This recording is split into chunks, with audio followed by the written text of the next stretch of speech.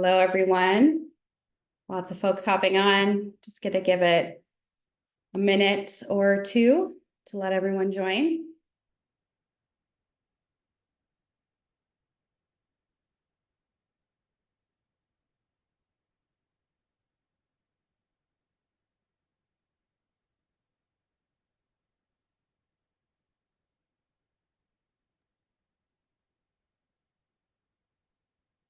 Sometimes I right. just like to clear my throat and I go on mute and then I forget to come off mute sometimes. So Oh, no, are you talking? I'm just, yeah,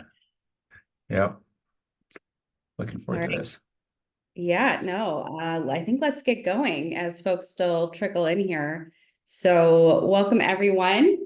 We're really excited to talk to you today about redefining the role of the internal communicator, featuring insights from Gallagher's latest edition of the State of the Sector report. So just a couple small housekeeping items. This session is being recorded and we will be sharing it out to all registrants afterward. So don't fear if you need to drop partway through, you will get the recording of this. And then if you could please use, there's a chat function and a Q&A function. If you could use the Q&A function at the bottom of your screen, if you have any questions to us, just makes it a lot easier for us to see them coming through because they can get a bit lost in the chat. So thank you for that. Then let's get going. So first, for those who aren't familiar with Poppulo, just a brief background on who we are. So we help today's biggest global organizations deliver transformative communications experiences that really reach, engage, and inspire all of your employees. We have an omni-channel employee comms platform called Poppulo Harmony, which enables communicators to deliver personalized and measurable messages from the back office all the way to the front line across channels like email, newsletters, digital signage, and integrations with Microsoft tools like SharePoint, Teams, and Viva. On our agenda for today, we're going to provide an overview and introduction to Gallagher's latest State of the Sector research and the methodology behind that report. And then we'll dig into 4 key areas from the report, which are the strategic role of IC, what the channels landscape is looking like for the year, measuring communications impact, AI, and then finally we'll leave a good amount of time at the end for Q&A as well. So if you have questions throughout the presentation, do drop those in the Q&A. My name is Heather Bicknell. I'm a product marketing director at Poppulo, and I'm so pleased today to be joined by Chris Lee. Chris, I'm going to turn it over to you to introduce yourself and tell us all a little bit about Gallagher. Yeah, great. Thanks to everybody for joining us today. I'm really psyched about diving into the state of the sector data with you, Heather. And I guess what I'll do, I'll talk a little bit about who Gallagher actually is. I don't want to spend too much time on this, but just want to let you know. So Gallagher Communication, it's a global employee experience and internal communication agency, and we have some 300 passionate communicators across the US, the UK, and Canada, as you can see.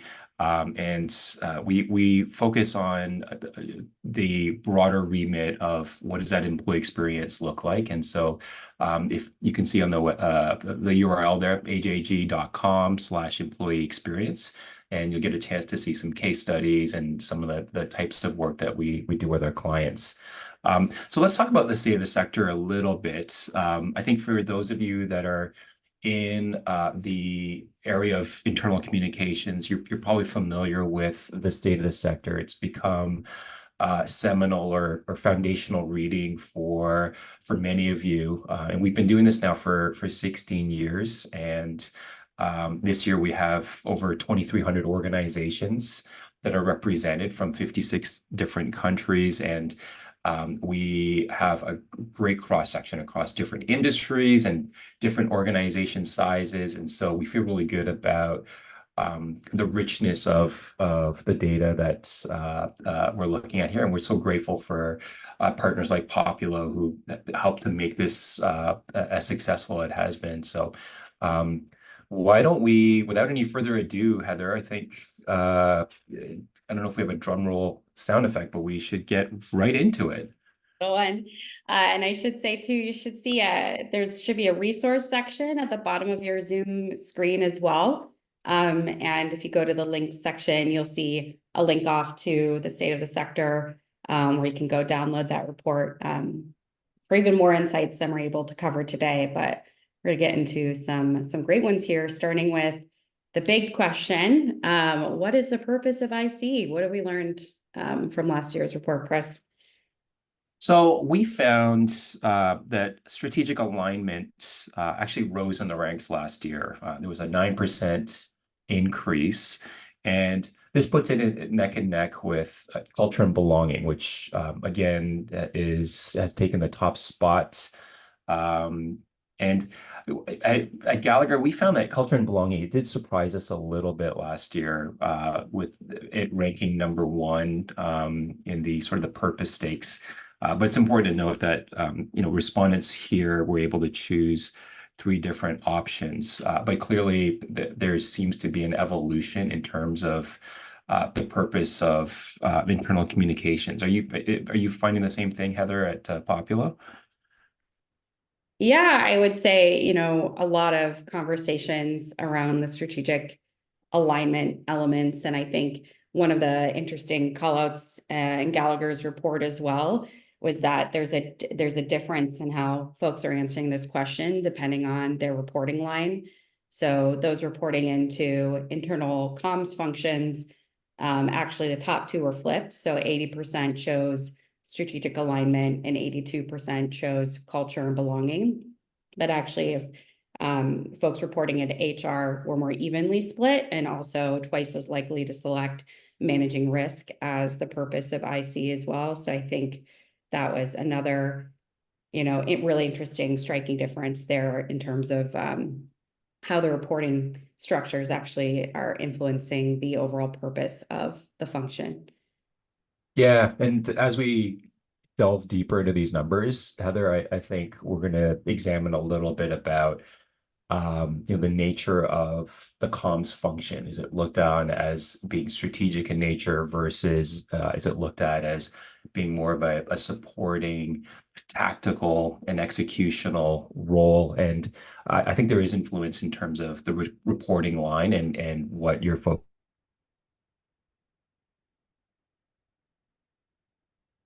Are you there, Chris? I think we might have lost you.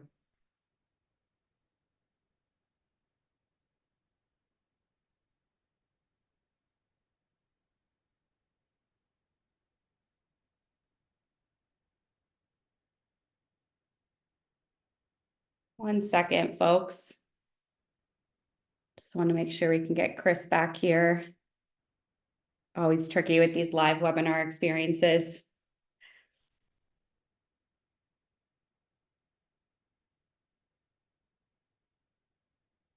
See a question in the chat asking if the deck will be shared. And yes, the short answer is the slides and recording will be shared after the presentation.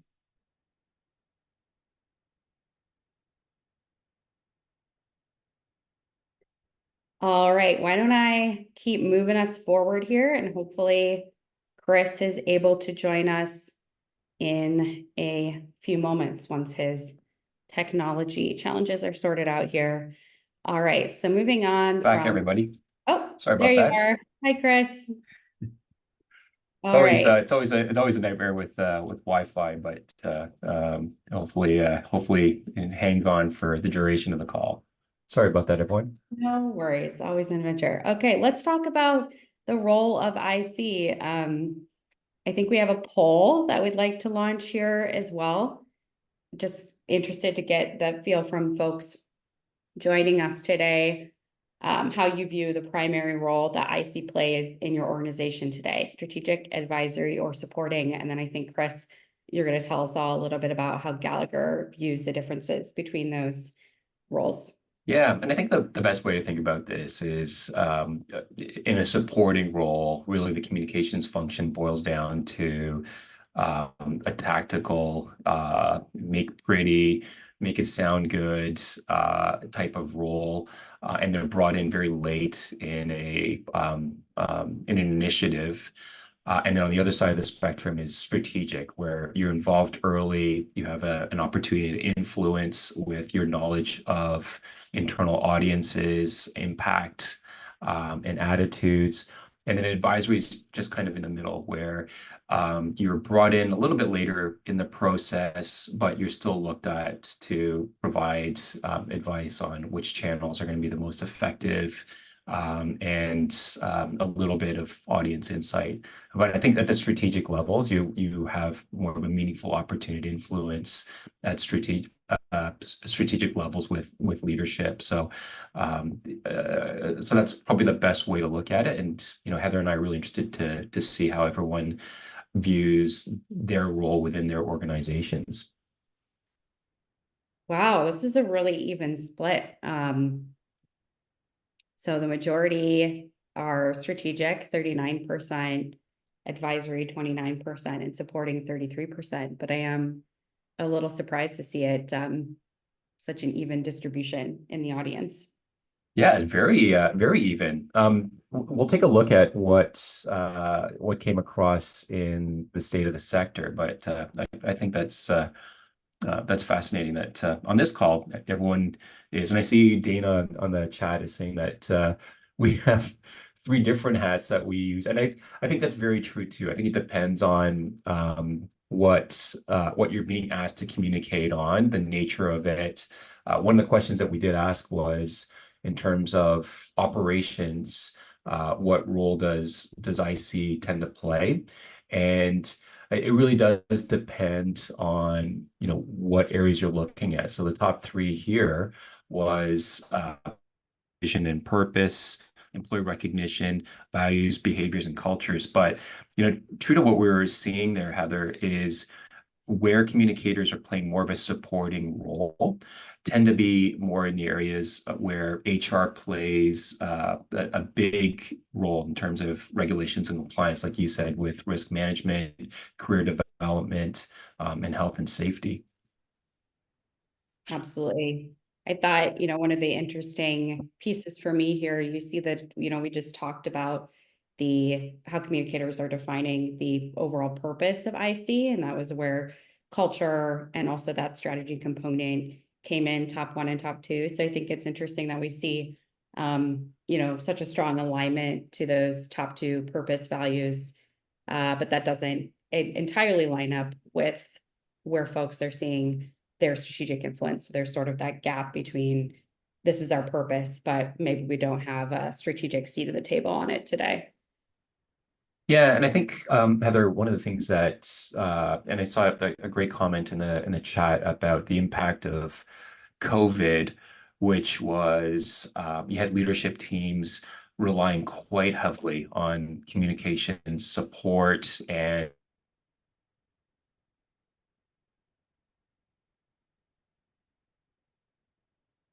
Chris's Wi-Fi might be added again.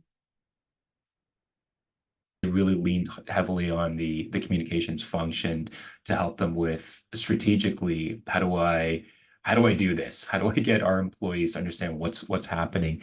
And I think it's important that we make sure that that window is not closing. And for when we talk with clients, one of the things that we find with having a more strategic role, and it really doesn't matter what role, what stage in your career you're at. I think this is really meaningful. I think a big part of this idea of a seat at the table, a lot of it is how early are you involved with.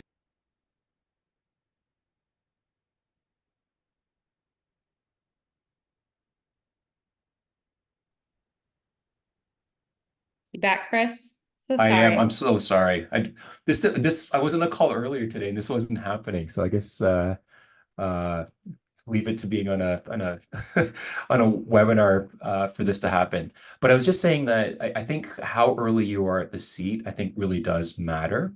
And that's where you have more of an opportunity to shape the narrative, and to be able to socialize with leadership what the potential impact is to different audience segments, And so I think that's one of the pieces. And one thing that I always like to encourage all communicators, irrespective of the stage of your career, is to internally network and make sure that you're giving yourself a chance to socialize with different stakeholders internally in different parts of your business, different HR business partners, but also different operational areas of the organization, and just treating it like anything else, where you have regular meetings and touch points with people, and giving yourself a chance to um, uh, hear what's happening internally. Absolutely. There's some interesting discussion going on in the comments as well in terms of how the industry that you're in can, you know, affect which of these areas you might be strategic in or not. So of course, if you're in an industry where employees are, there's really important health and safety regulations, something like manufacturing, for instance, communicator might be more involved there from the strategic sense. But if you're in an industry that's more kind of knowledge worker focused, maybe it's less of a priority. So I think that's absolutely true that, the top three sort of are really independent of industry going to be really important areas for everyone. Yeah, totally agree with that, Heather. So I think this was really one of the standout findings to me from this year's State of the Sector. So the report found that when communicators are strategic, employee understanding is actually better. So this is sort of the why is it important to be strategic? Gallagher found that when communicators stated that their role on a particular topic was strategic, they also rated employee understanding as a good or excellent level compared to topics that were communicated from an advisory or supporting standpoint. So, Yeah, and that's bang on, Heather. And I think this was probably not surprising to most people. I think when you are looked on as a strategic role within your organization, we found that they're more likely to leverage measurement data. In fact, 47% use data to influence management in terms of communications initiatives, and so I don't think it's any surprise. And I think we looked at obviously employee understanding, but this also impacts other outcomes like behaviors and attitudes as well. And so I think the more that communications professionals internally can look for different ways that they can play a more strategic role, it's really about being proactive in that quest and not just being reactive and waiting for the next initiative that needs to be communicated to employee audiences. absolutely. I think the other interesting finding there around measurement when it comes to strategic communicators is that not only were they more likely to measure overall, but more likely to use those measurement insights to evidence the value they were bringing to the organization, quantify their ROI to leadership, which ultimately led to them being more influential and more likely to have that, seat earlier on at the table to be in a position to provide that strategic component. Yeah, and ultimately, I know that many organizations have a desire to create a stronger connection with their employees, to a sense of purpose in their roles within the broader organization. And again, I think effective communications means strategic communications, and the more that organizations are thinking in this way, I think it leads to a better employee experience. Absolutely. One other thing before we move on from the strategic comms piece that I think was really interesting to see as well is that uh, folks who rate themselves as more strategic communicators actually also reported greater well-being in their careers as well. So not only Right.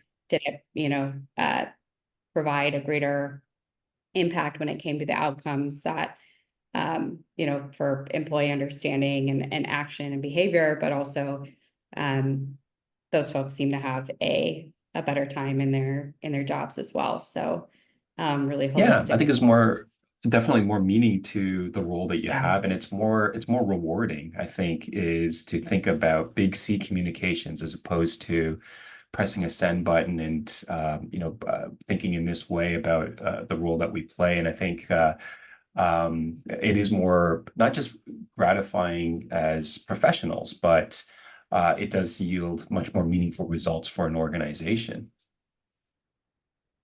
Absolutely. So let's Um, talk. so Yeah. Sorry, Heather, I was just going to answer. There was one question, and it looks like the question that Teresa had, what do the numbers at the top of each bar indicate and how are they calculated? So the maximum understanding rating on in the survey was 15, and so this number is really just a relational score between strategic and understanding. So we're really looking at 15 as the maximum score with this, just to provide additional context. Sorry, Yeah, no, Heather. that's great. That's great. And there's more on this in the report as well, if you really want to kind of dig into some of the methodology pieces. Super interesting. So let's talk about top priorities for the year. So I think this is the second year in a row that engaging teams on purpose, strategy, and values was ranked in the top spot, but it's actually increased 12% from last year. So that one just keeps climbing. And then there was also a big jump from last year in the importance of enhancing leadership visibility, which has risen above enhancing people manager communication skills, which was still another top priority. But I think really seeing a trend toward that purpose, strategy, values, sort of vision component, also rising with the need to get leadership more visibility within the organization, as well as some top priorities for the year. So would love to know if these are also resonating with folks in our chat. And then we have another poll just to talk about some of the top challenges. So we just pop that poll up here. What is the top barrier to success for your team in 2024? So are you seeing lack of time and capacity, maybe disengaged employees? I think we can all relate to that challenge. A lack of budget, internal technology or channels not quite hitting the mark there, lacking the ability to analyze or measure your program, too high of a volume of communications, maybe too much noise in the organization, or if there's something else that you think is a bigger challenge for you for this year, drop it in the chat. We would love to know what other folks are coming up against.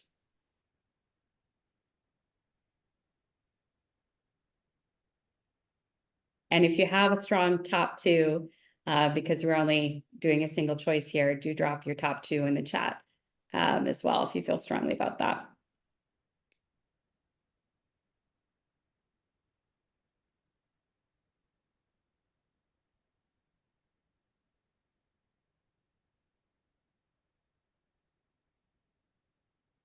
Let's give a few more seconds for folks to answer before we reveal the results.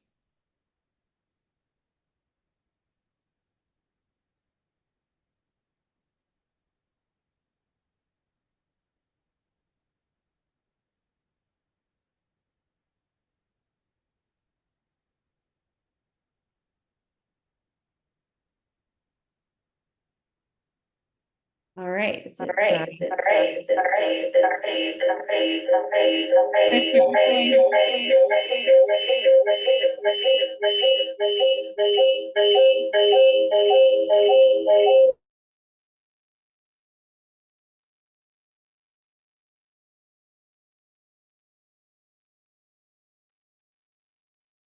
So sorry.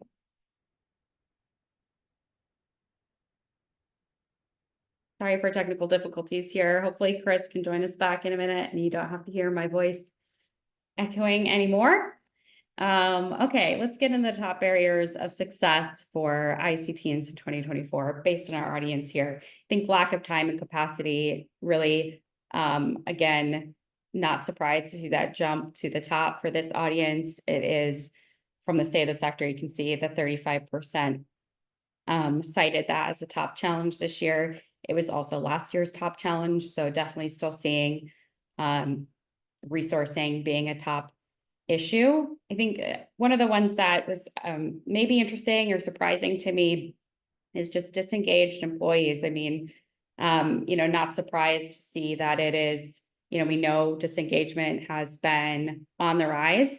I think it was a Pew study from last year that came out in terms of the rise of employee disengagement. But, would love to know from anyone in the chat if, if you're in an organization where disengagement is really high, how are you tackling this as a communicator? What do you think the responsibility of IC is when it comes to helping to address employee disengagement? Just knowing that it's so, there's so many factors that go into whether or not employees are engaged. Would love to know how folks plan to address that challenge this year. Internal tech and channels not fit for purpose, I think, is the next highest here among our audience. So definitely persistent challenge. If you don't have the right technology to reach your audience, that's always tough to get the full impact of what your program could achieve. And then also seeing a pretty even split among the other challenges here. So thank you everyone for sharing that so we can all learn from one another. And let's get into the channels landscape for this year. I think this is always a highlight of the report, just to see how everyone is adapting and using their technology and taking advantage of the innovations that are coming out in the tools space. So we have another poll here just to ask which, if any, channels you're considering adding to your channel mix this year. So if we could get that poll popped up.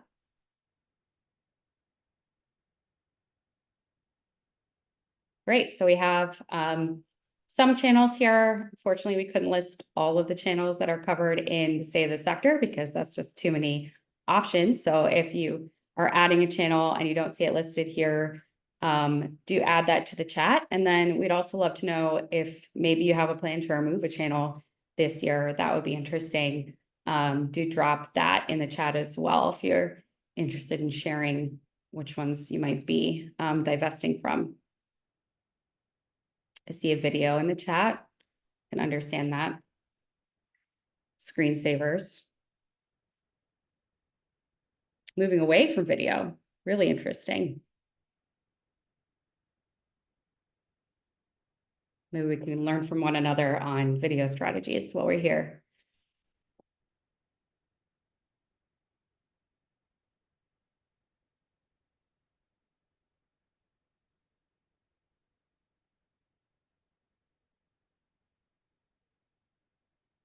Audio translations into 5 languages. Are you using your own employees to help support that translation or a service? Curious how that comes to life. Seems like a lot of work.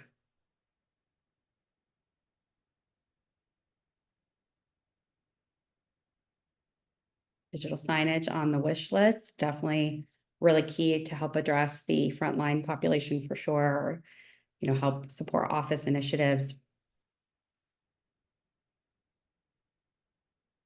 Short form reel video messages. I think we can all feel the influence of TikTok and Instagram reels and really cutting through employee disengagement, even with the form factor of your content. Audio, turn around faster. Interesting.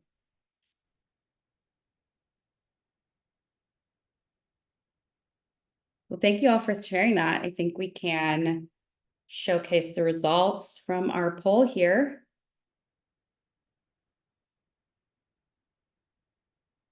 Okay, really interesting spread across all of these options.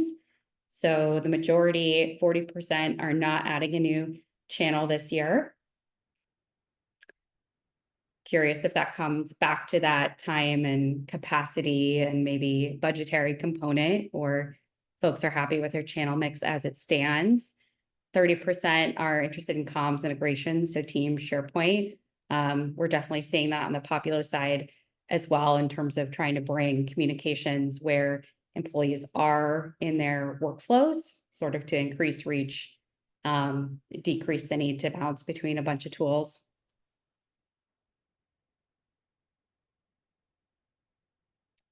And I think live events, 15%, mobile app, 17%, but a pretty even spread across the remaining channels there. So really interested to see, it seems like there's some good experimentation and diversity among the top channels. Hey, Chris. Hello, so sorry about that. Can you hear me okay? Yes, you're back. Yeah, I All did. I good. just I moved it over to my iPad, so hopefully this works. It's really embarrassing. Sorry everybody for this. It happens. Don't even sweat it. We've just been having an interesting discussion in uh, the chat here around channels as well. Yeah, interested to know. Good question from Teresa here. For those adding an employee magazine, are you doing digital or printed? Um, Obviously, a printed resource in the hands of employees can be a really powerful thing, but digital is much easier to execute and cheaper to produce. So Yeah, and one of the things with channels that we've seen as well is I think sometimes if a channel is being looked at as ineffective, sometimes it's not the channel, sometimes it's just poor planning and the quality of the content that is being broadcast on that channel. So I think when we look at these metrics about looking at the effectiveness, and digital signage is a good one where it looks like the effectiveness is a little bit lower, but sometimes on the execution, some of the things that are being displayed on digital signage are not optimized for the signage as well. So and it's similarly with email. That's probably the biggest culprit where it's obviously the highest used channel, but we've seen a lot of situations where the inbox for email turns into a triage unit for employees as they try to prioritize which ones they get to. And this is a result of poor planning, but also often the email itself is not reflective of best practices in terms of understanding insights about the audiences, segmentation, and the content of the email itself. So I think it's worthwhile to understand these metrics, but also understand what might be impacting effectiveness. absolutely. I think there's a component of even novelty or noise in some of these effectiveness splits that we see here. So what really stood out to me are some of the channels that were ranked as most effective are ones that you obviously wouldn't be using every day, a conference call with your leadership, texting employees directly to get out a message. These are sort of reserved for key moments. So it makes sense that things are, less frequent, and, more leadership visibility or more direct to an employee's mobile device via text message there, that those would be really effective in getting the word out. But obviously you wouldn't want to overuse those channels either, because you'll likely see that decrease in attention over time. For sure, Heather. And I think that jump in usage with or effectiveness with digital signage, it was a big jump. And obviously, we talk a lot about the advent and emergence of QR codes as a really meaningful way to connect people from digital signage through to other channels. So Yeah. I think the QR code emergence is something that really, over the last 5 years, has helped digital signage become extremely meaningful. Yeah, I mean, obviously, when you're at a digital sign, employee can't, um, there's nothing to click, right, to learn more. So QR codes are a really great way to take them off to a call to action or to read more if it's a longer form article, that sort of a thing. A couple other findings from the report that I think are valuable information for folks to be aware of. So Gallagher found that those who have a channel framework in place were 3 times more likely to be satisfied with their channels. I think that goes back to sort of the channel governance components you were mentioning Chris, and we have a channel audit template. We have that in our resources section for you to download if you feel like you're in a need of kind of auditing all the purposes of which channels you're using, which, employee groups are meant to be addressed by those channels, and how effectively you're using them, so you can ultimately hopefully get more value out of the ones that you do have. And I like the in the chat, Nicole mentioned what's old is new again, and QR codes. QR codes have been around for a long time, but it hasn't really quite hit communications ecosystems in any sort of prominent way until now. And I remember it had to be about 10, 12 years ago working with a client that was playing around with QR codes, and it would go to a video, but clearly the video that it was going to was not fit for mobile purposes. There was a lot of text that was just way too small. And so it's really understanding how people use QR codes, and almost invariably it's coming off of a mobile device, and making sure that where you're landing with your QR codes, I think has to be fit for a mobile environment. Absolutely.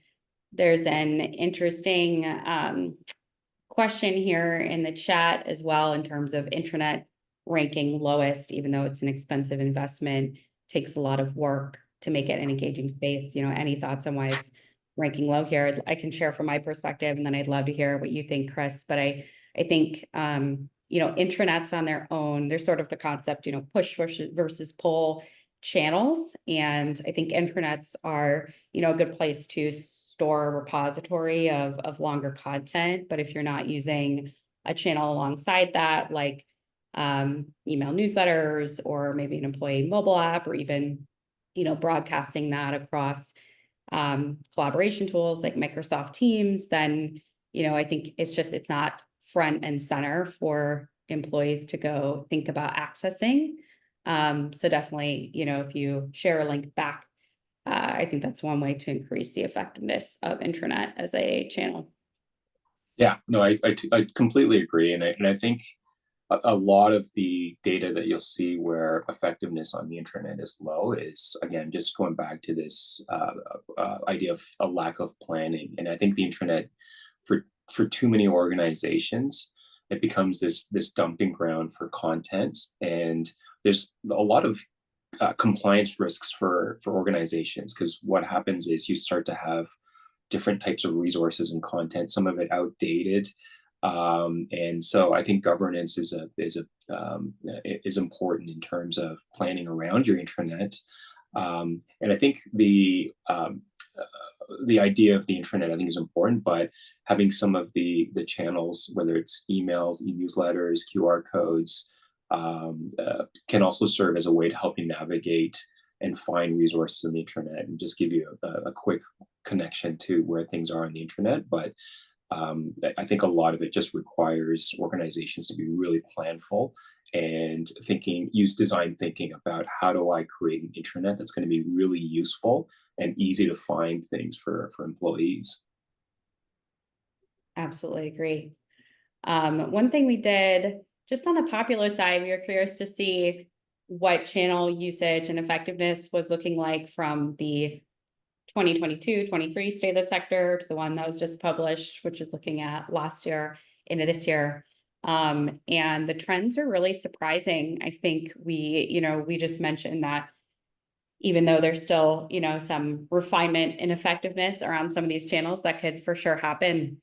One I think that's interesting to call out here is digital signage. So usage went up by 6%, but effectiveness actually jumped by 24%. So it does seem that a lot more communicators are sort of getting a handle on how to use this channel in a more effective way. And this also is correlated with an increase in deskless or frontline workers being a more of a focus for communicators this year. And that came up in the top challenges section of the report.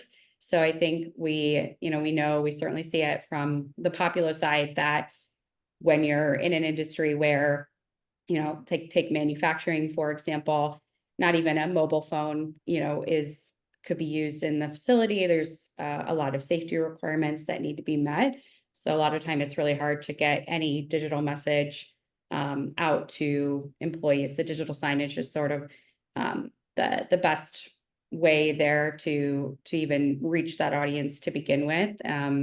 We also saw increasing effectiveness across these other channels as well in terms of email newsletters, and internet. So mostly on the positive trend side there from year to year, which was super interesting. Yeah, I was honestly surprised at what a big jump in effectiveness was for a lot of these channels, in particular email. I think the usage stayed relatively flat. It did fall a couple of points, but the team at Gallagher were really encouraged by the fact that communicators now are seeing that this can be an effective tool. And I think a big part of that is just better planning around how to use email. But I think when you look at how many strategic communicators there are, where they are regularly in connection and contact with different stakeholders around the organization, it's a lot easier to be proactive about planning out how you email employees versus being reactive, which I think it leads to this problem of triage with with inboxes. Mm-hmm. Absolutely. Well, let's talk about measurement again. I think one of the some really interesting trends this year around measurement.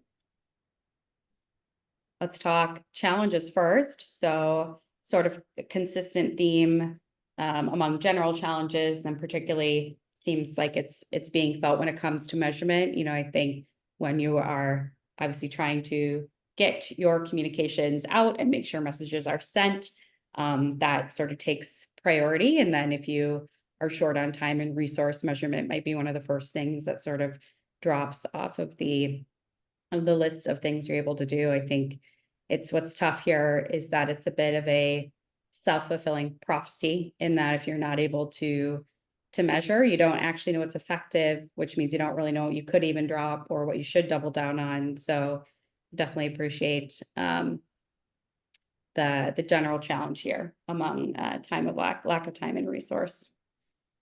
Yeah, no, absolutely, Heather. And when you look at the lack of benchmarking data, which is at 37%, that actually has decreased by 13% from last year.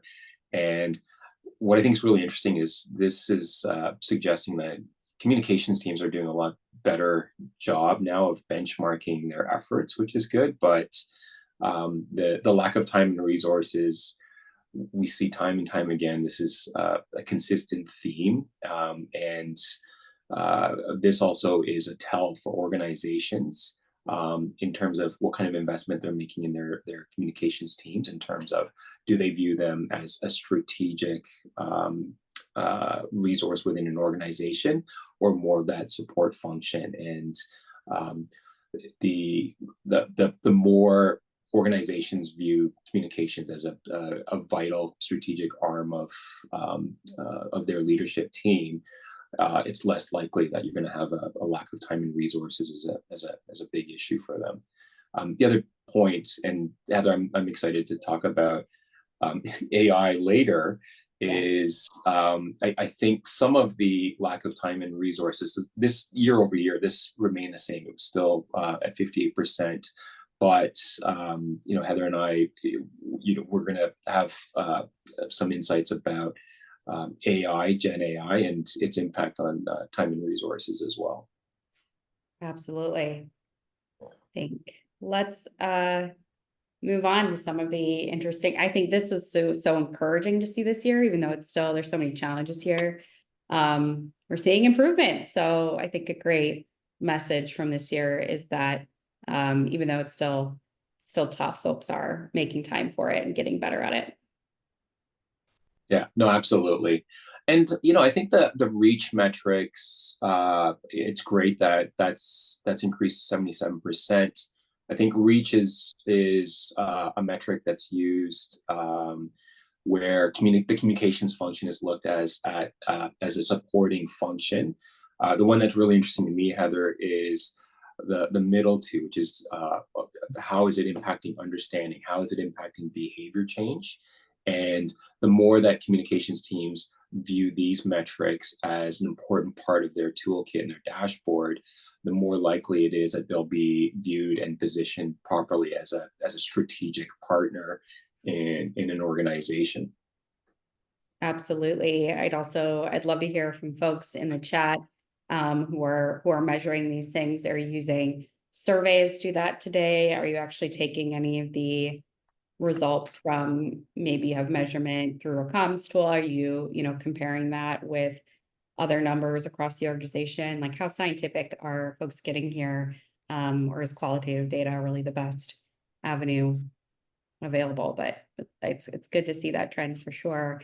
And I think this one was even stronger, really. So the, not just getting better at measurement, but actually doing something with that measurement. And we're also seeing 84% of survey respondents that they want to measure more often or comprehensively. So still a really strong desire here to put more attention and focus on measurement.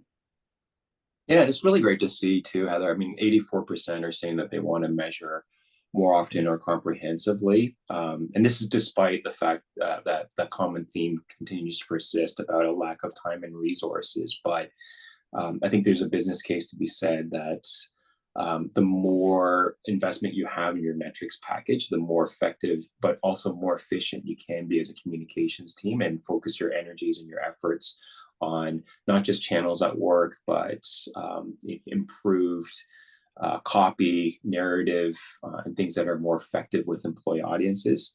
But when you look year over year, I'm really encouraged by just these dramatic increases in terms of how communications professionals are using data collection to not only refine effectiveness of things like channels and content, but also using this as an advocate, as a way to advocate for our function as communications professionals. I think these are really promising statistics.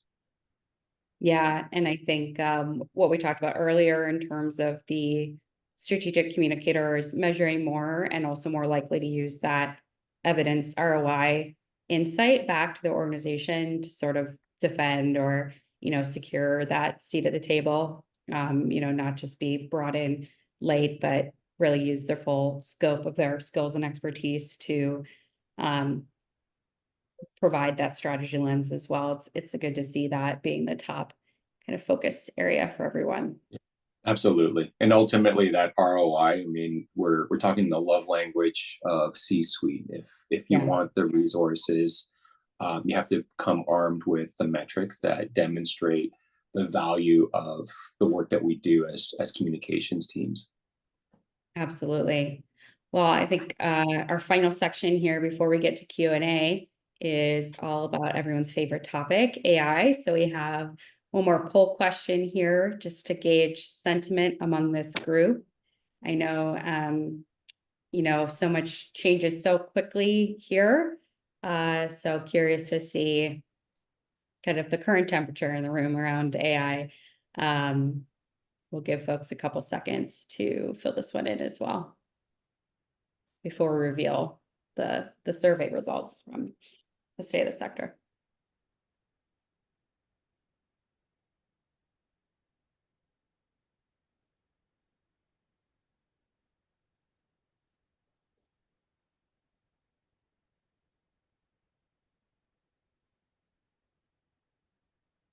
All right, we're probably good, I would imagine, to show it at this point. Doesn't take too long to think about where your true temperature's at here. All right, so the majority of the audience today is enthused, 52%. Next biggest group resigned, and then championing are kind of, neck and neck there. A little bit of the group is in denial, and a few folks are a little scared. So I think interesting mix here, but a more positive weighting even than what we saw just a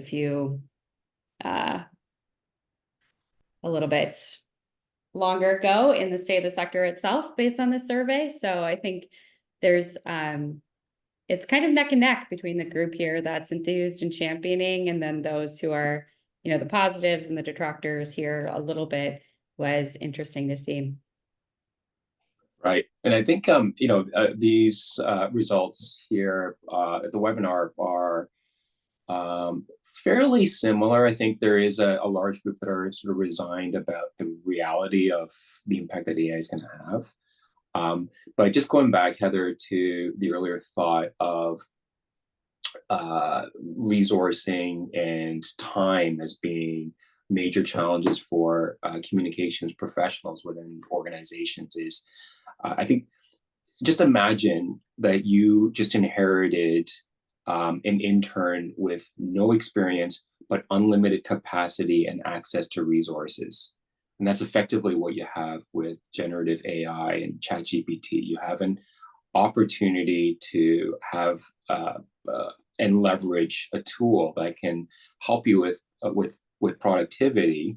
But I think it really depends on how you're using it. And obviously, you have to be careful about how you use it. It is ultimately a cloud-based tool, but it can help in terms of that productivity function if you sort of look at it in this way. Yeah, I think to me, you know, one of the best ways to think about AI is just if you could, you know, redesign what you're doing to make your life easier in some way, or increase your job satisfaction, or, you know, unlock some problem of scale that you haven't been able to before. It's at least worth playing around with AI solutions that are out there and sort of getting comfortable with it to see how could it help you. You know, I think that's the question to be asking of AI. It's not, you know, at a point where it's, you know, we don't want AI communicators just spreading generic messages across our employee base. Like, that's not the point, right? But can it unblock you for writer's block? Can it, you know, analyze the tone of your message to understand how this might be received by different groups? It's definitely not, you know, an infallible solution. So that's important to know as well, that AI does, you know, it can hallucinate, it can provide inaccuracies. So you don't want to just kind of trust everything it spits out there. But I think there is a really big opportunity when it comes to communications to take advantage of the latest in technology here. Yeah, no, absolutely, Heather. And I love that. I think it's so important to, it doesn't have to be within an organizational context, but just playing around with it on your own time, just kind of see what it's capable of, what its limitations are, will help increase your confidence and your ability to have a vision for how it might be useful in an organizational context. And then that will start to lead you down that path of creating good, prudent governance principles around how do we want to use AI to help us with whether it's productivity or to help us. I'm seeing some great thoughts on chat as well about how it can help you structure a communication as well. And it can play a really great role in terms of streamlining some of that, especially if you have that idea of like a writer's block or you're not sure where to start. Sometimes AI can kind of rattle loose a little bit of thinking and structure around how to think about your communication. Absolutely. And I think we're seeing some of that start to actually get used here. So the look at usage 1 year in of AI, we're seeing 1 in 3 are experimenting, 1 in 5 actually using AI to create comms. 4 in 10 still not using generative AI in a capacity, and then 1 in 10 are unsure of plans. So sort of some beginnings of using it here, but still some hesitancy or, you know, kind of whatever the factors are. We'll get into that a little bit in the next slide, but sort of a mix. Yeah, and I think it's a safe bet that those numbers on the left, who's experimenting with it, who's using AI to create communications, will increase. It's probably increased even since we first launched the survey a few months ago. And I think the next year when we do State of the Sector again, Heather, I think the numbers will continue to rise. So I think yes, there's the sentiment around resignation around AI. We feel that, but it's not going away, and it is something that can be really, really useful for communications teams if you use it appropriately. Absolutely. So let's talk about some of the factors that are actually going into organizational readiness on whether or not to equip AI. I think this is really the, why behind we're seeing some of those numbers. So interestingly, there was a 13% of respondents who weren't aware if their organization was even using AI, while 16% weren't sure if there was a dedicated group or individual with AI responsibility within their business. And half said that they didn't have anyone in charge of AI at all. So they're sort of, where does it live in the organization? How can I get started? Is it even permitted? Lots of these questions are still, front of mind here. I think one, interesting thing when it comes to the opportunity of AI for internal comms is that there is really an opportunity to be at the forefront of as a function within your organization. There's thinking from folks like Gartner that the best way to experiment with AI is to first do it internally before you do it externally. Just, we know there are risks associated. So it is sort of a safer bet to, start on the internal side and see where that takes you before using it for external purposes. And I just saw in chat, Rosie had a good question. Are these stats going to be available? So the entire report is available on that resources tab. And so for sure, we'll make sure that the state of the sector is available for everybody. There's a lot more too in the broader report. There's a lot of great insights. Heather and I are just providing a bit of a teaser into what was in the report, but there's a lot more in there. We just wanted to make sure everyone got a highlight reel of some of the more important trends. Absolutely. And again, it's in the resources section there. You should see at the bottom of your screen to go off and find the link there. I know we just have a couple more minutes here, so let's try to there's been so many good discussions coming in on the chat. So I want to thank everyone for that. And then we have some good Q&A questions as well. Maybe this one, Chris, I think is a one that, based on the findings around the importance of and the value really of becoming a strategic communicator. This is a good question here. So as a solo communicator within my business, how do I move away from being lost in the day-to-day communication into a more strategic approach with the buy-in to plans at a senior level? So sort of, when you are operating as a solo operator there, how can you become more strategic? Any thoughts there, Chris?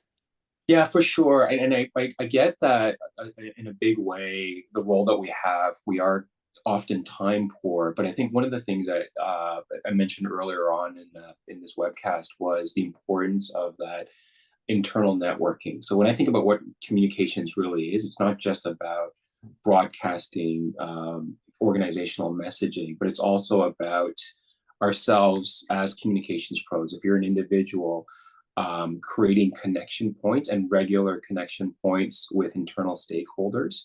And I always love the virtual coffee as opposed to some sort of formal connection, because in the virtual coffee, you'll start to get snippets of things. Oh, there's a big announcement coming in Q2 from operations, and then you have an ability to at least prepare, even if you don't know the specifics of it or it needs to be confidential. But I think the important thing is to stay connected with key stakeholders that you identify within an organization. And it doesn't even have to necessarily be at leadership levels, but people who can keep you connected with what's happening within an organization so you can prepare and plan for it. Yeah, I think that's great. I know we're at time. I just want to share, one thing I think we do well here at Poppulo internally with our internal comms function. We do have one final poll there to see if anyone is interested in a further discussion with Poppulo. But we have an internal IC network. So myself, folks from other departments are, part of the boots on the ground effort, if you will, to provide that input from our other departments, maybe contribute some articles. So sort of help with, even if you're a solo communicator, I would say, can you establish sort of a core group around you as well to sort of help with some of that that lift so you can be more in that strategic role. But I know we're over time here. So again, just wanted to thank everyone for joining us today. Do check out the state of the sector. Great report. And thank you so much, Chris, for joining us. This is a great chat. Yeah, thank you. And again, I apologize for the technical difficulties, but appreciate everyone's patience. Thank you. Yes, thank everyone. Have a great day.